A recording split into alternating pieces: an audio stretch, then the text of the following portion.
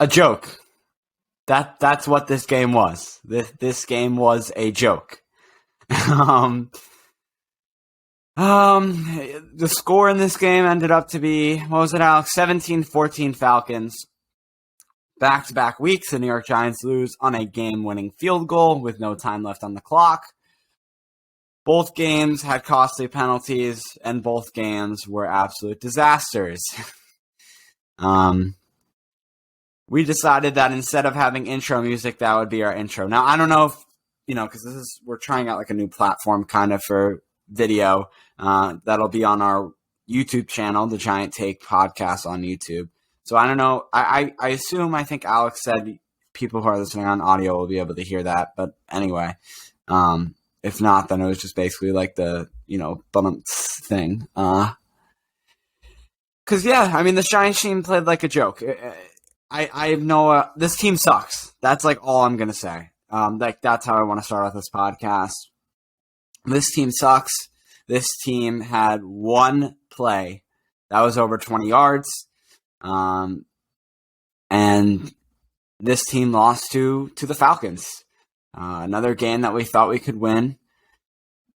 And I don't know if you want to go back to this, but in the first week of this NFL season, the Falcons lost to the Philadelphia Eagles by a score of 32-6. 32 points were scored against them. And we only scored 14. That's pathetic.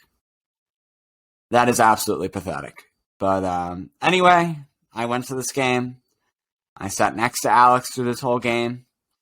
And I would also like to hear what my friend Alex has to say about this game, even though I know we both have the same opinions on this one.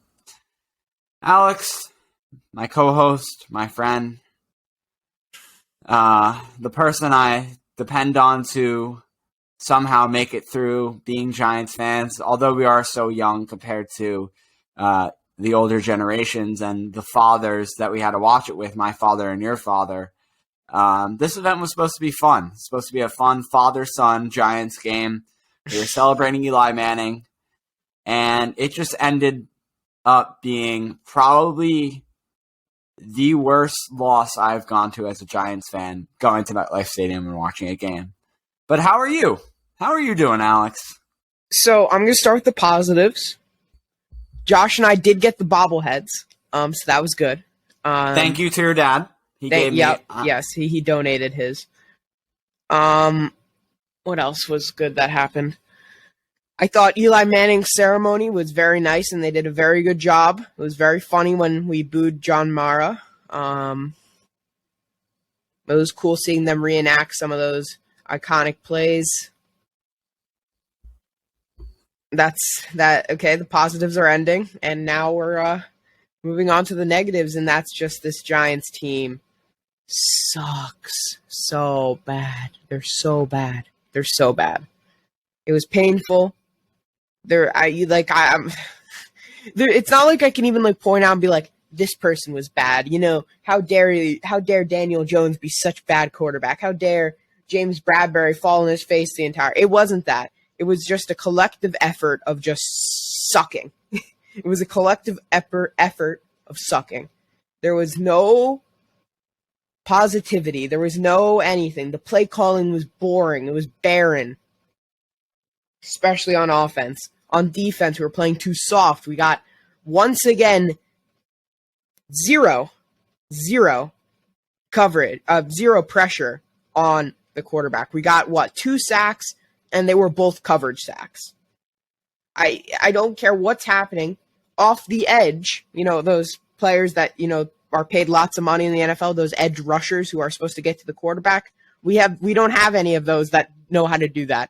We saw Lorenzo Carter, we saw Zimenez, we saw, who else did we see? We saw Azeez Ojulari, we saw Quincy Roche, we saw a million people out on the edge. We even saw Leonard Williams on the edge at one point. I didn't see, there was no pressure. The Falcons' tackles could have just been sitting on the beach somewhere. It was that ridiculous. And, yes, we're getting the interior pressure a bit, but even that's not as great anymore with Dexter Lawrence, Leonard Williams. But it's just, defensively, it was just not good enough. It in the defensive front, linebackers, obviously we lost Blake Martinez very early in that game, which really, dampened our defensive performance. The secondary, we had some decent performances from certain people, but the story of this Giants season is we've seen improvements, right? But it's just been not good enough.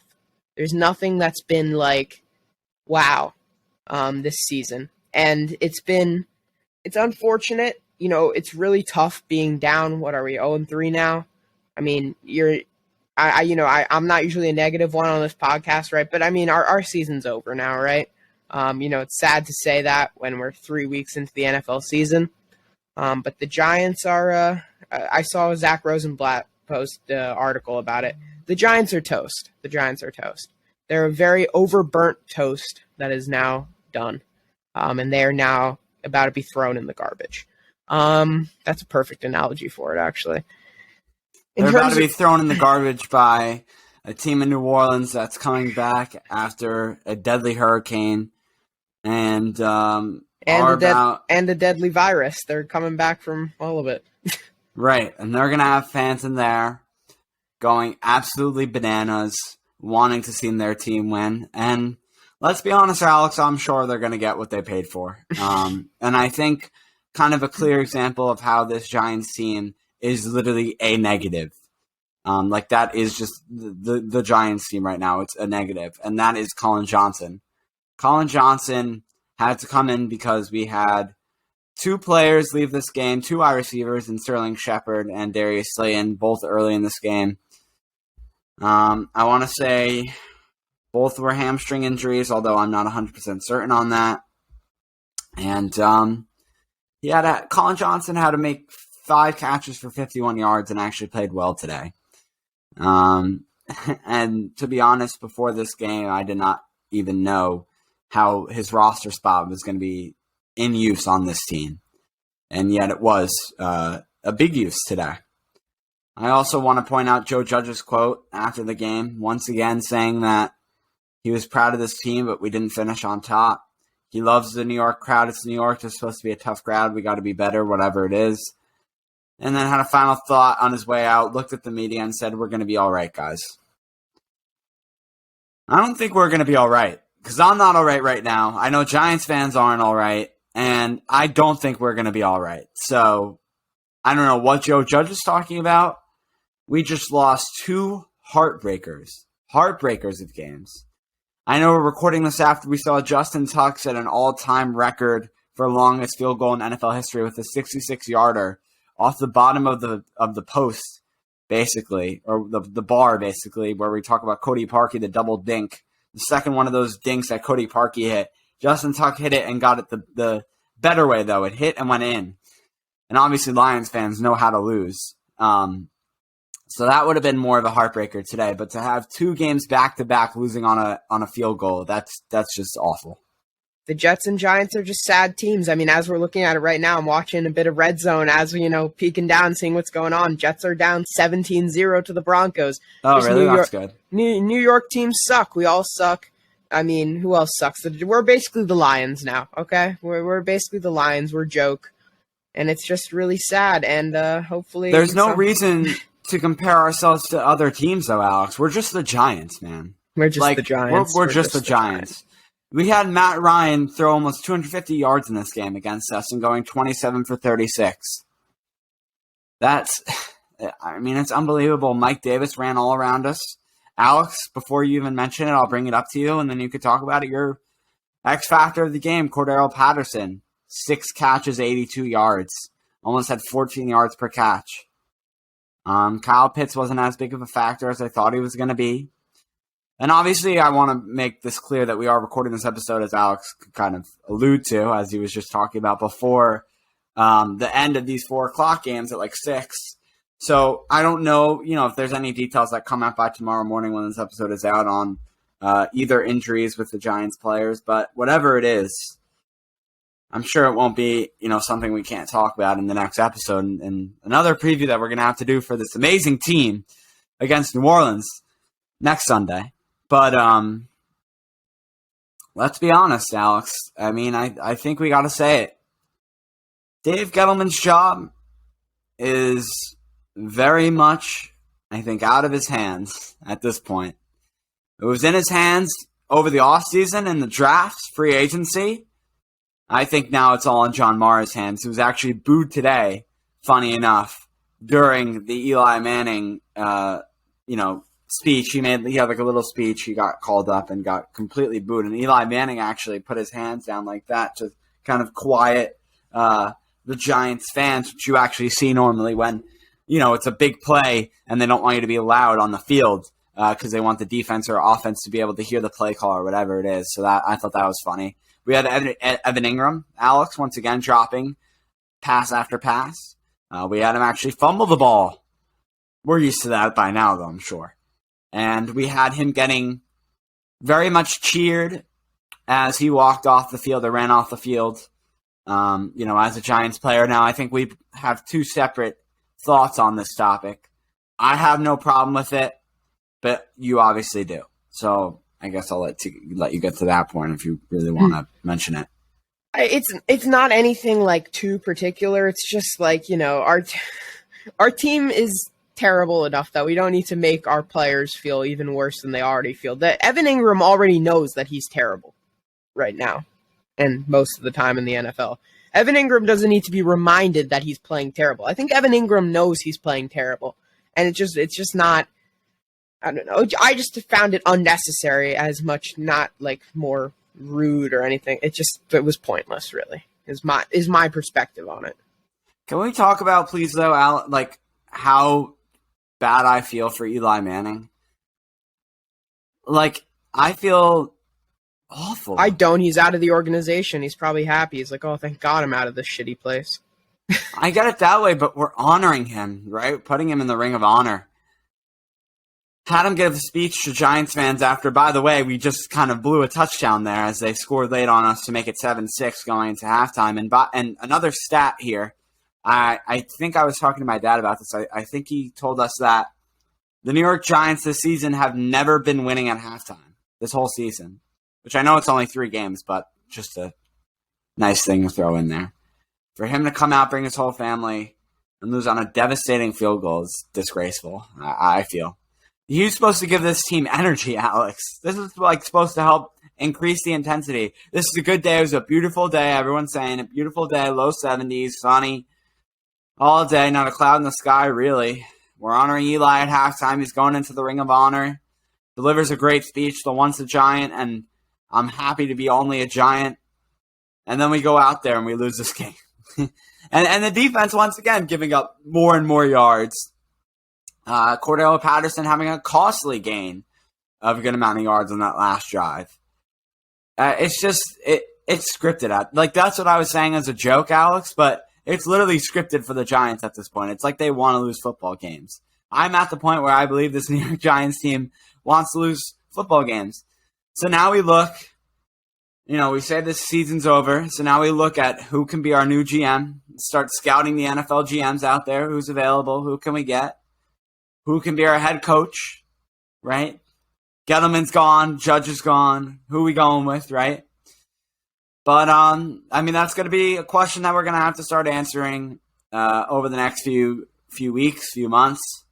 And we'll have to see how bad this team gets by the end of the season. But all I have to say is we're going to have 6 games coming up. 6 games against 6 more tough opponents. And by our bye week, this team could maybe have 2 wins. I'm sorry. What's crazy is that we're going to have a lot to talk about in the offseason, it looks like right now. So make sure to stay tuned for the Giant Take podcast. We're going to have extra offseason coverage, it seems like, than usual. Sometimes we go down once a week. We go down to once a week at the end of the season, right? And, we kind of just go once a week, and it's more casual. It kind of heats up around the draft, and it kind of goes down again. This time we're going to have 5 episodes a week during the offseason. It's going to be even crazier than the actual season. Maybe we'll move to 1 episode.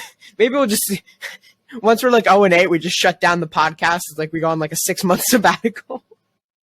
But, my God, it's just awful. What were you talking about? Something about the Giants being awful, right? About how we're not going to have a win. Yeah, we probably won't be winning any games anytime soon. I said we have 6 tough games, 6 tough opponents. Yeah, we do. If you look at the schedule, you might want to pull it up. I look at the schedule right now. Let's see. New York Giants schedule. Giants football schedule. But you don't need to announce it as you're well, looking we have it up the on Saints. Google. We're not going to win that. Well, now it's too late. Cowboys, maybe. Rams, no. Panthers, ugh, maybe. Chiefs, no. Raiders look very good recently. Buccaneers, no. Eagles, maybe. Dolphins, you go down the schedule and there's very few. If Tua's back by then, which he most likely will be after getting activated off the IR, then I would say that's a no. I think the only games I look at, Eagles, Bears, maybe Washington. Probably about it. In terms of winnable games. This team can end with 3 wins on the season. This team that was anticipated to be a sleeper, an underdog, a borderline, a playoff team, a low-end playoff team, a wild card team, a wild card team. It's not that far to say a wild card team, Alex. We can say that. And look at what they're doing. Not even going to make it there. It's just embarrassing. It's just truly, truly sad, and it's just upsetting. So, luckily the Bears lost, so maybe our draft stock goes up a little bit here. What's kind of sad about this is obviously we all expected the Giants to win today, right? I remember we sat down. Your dad was saying, "Do you think we could actually really blow them out today?" That was the issue.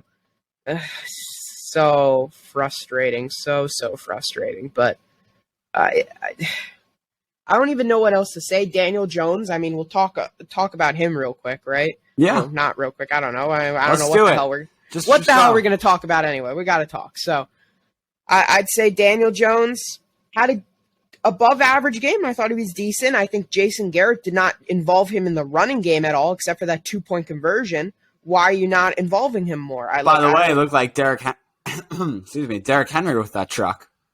Yeah, exactly. So you see, we know we can do the play. I don't get what it was.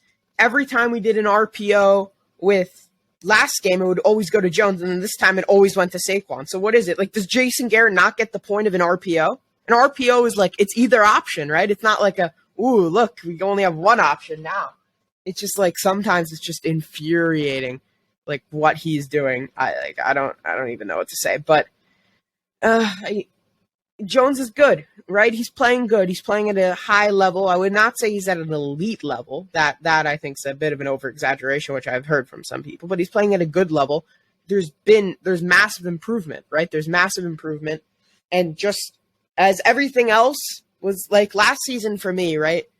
Defensively, our defense kept us and Daniel Jones, who was struggling throughout most of last season, in those games. And now Daniel Jones is the one holding us up over everyone else. So it's funny to think about it that way, that it's now him who's elevated and he's the one who's really playing well and everyone else is just holding him down. Saquon Barkley didn't do much again today. Had quite a few nice runs, got his first touchdown. So, not anything else I can say bad or whatever about him. Doesn't really matter. I'm not going to go back again to 2018 like I've said a million times, because at this point, the pick's already been made. It doesn't really fucking matter. My God, I'm so angry.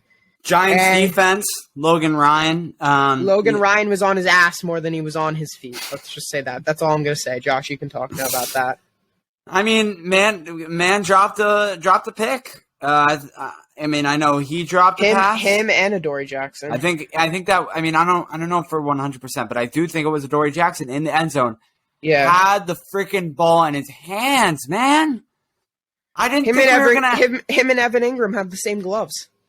Him and Evan Ingram had the same gloves, and can you believe, Alex, that both of these games end on a game-winning field goal, and both these games end on a chance that could have tremendously changed the game. A Darius Slayton wide-open touchdown dropped, and an interception in the end zone that would have changed the whole complexity of the games, dropped. I get it's the difference between a wide receiver and a safety, or a cornerback, excuse me. One of them's going to catch it, one of them's going to not, and you would rather have the wide receiver catch it than the cornerback because you can get more excuses to the cornerback, right? He's not supposed to catch balls, but this is what you practice, man. This is what you dream of. Cornerbacks dream of getting interceptions. It's not just pass knockdowns. And just they weren't able to do that. They weren't able to do that today. Calls. I think the refs were once again against us. I mean, I don't want to say it like every game, but I think the hit.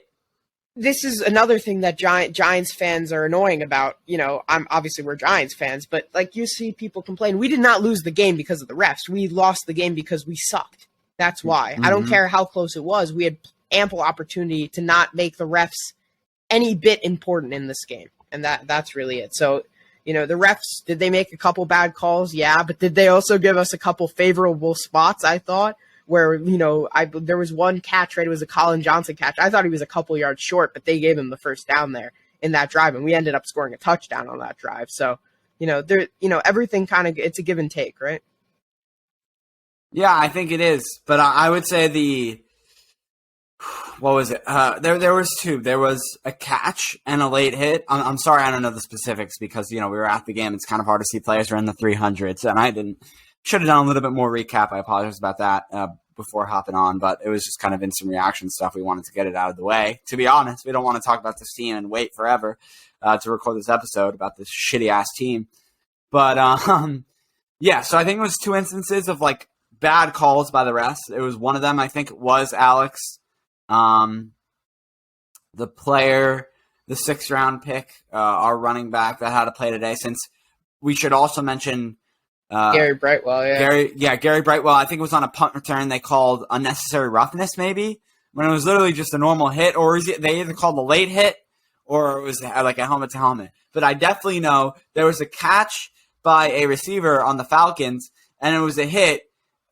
I'm sorry, I don't know which player it was. And whoever it was that play happened to, he was going in for the hit, and they called a helmet to helmet. What is he supposed to do? There was nothing the Giants player could do to avoid the helmet to helmet on that play. It was, I thought that was a disgraceful call. I thought that was completely against us. And the Gary Brightwell play too, I don't understand that. I just don't think that was necessary, but okay. And now that I mentioned Gary Brightwell, that makes me think about the running back position. Now, it seems like running back Devontae Booker was a healthy scratch for this game. No injuries concerned. So in this case, now we're just paying and signing players in the offseason to not play. That's what we're doing. Okay. That's a good, that's a good thing, guys. I think we should definitely root for that. Let's pay players to not play football. Let's pay players to not do what they are paid to do. I'm just like, I need a break, man. I need a break from this team. And I'm going to have to wait a few weeks for that, so I guess that helps. This guy got a $2 million signing bonus. Contract is 2 years. We're paying this guy $5 million in 2 years. $5 million in 2 years, and he's sitting his ass on the bench and not playing, and it's a healthy scratch. I don't know if this is his fault. I don't know if this is something he did that they were like, you're going to bench this week, whatever it is, but like, I don't know why we're benching him, but we're paying people millions of dollars to not do anything. It's crazy. It's crazy. But I mean, on that, I'm sorry. I just we're kind of like having no words. Like, I feel like last season, Alex, when we record these recaps episodes, we would have more words. At this point, 2 seasons into it now, our second season into this podcast, we're kind of at a loss for words. There's kind of stuff we just don't know what to say anymore. And in that case, yeah, I leave it to you, Alex, on your final thoughts, because I'll get mine out of the way just real quick.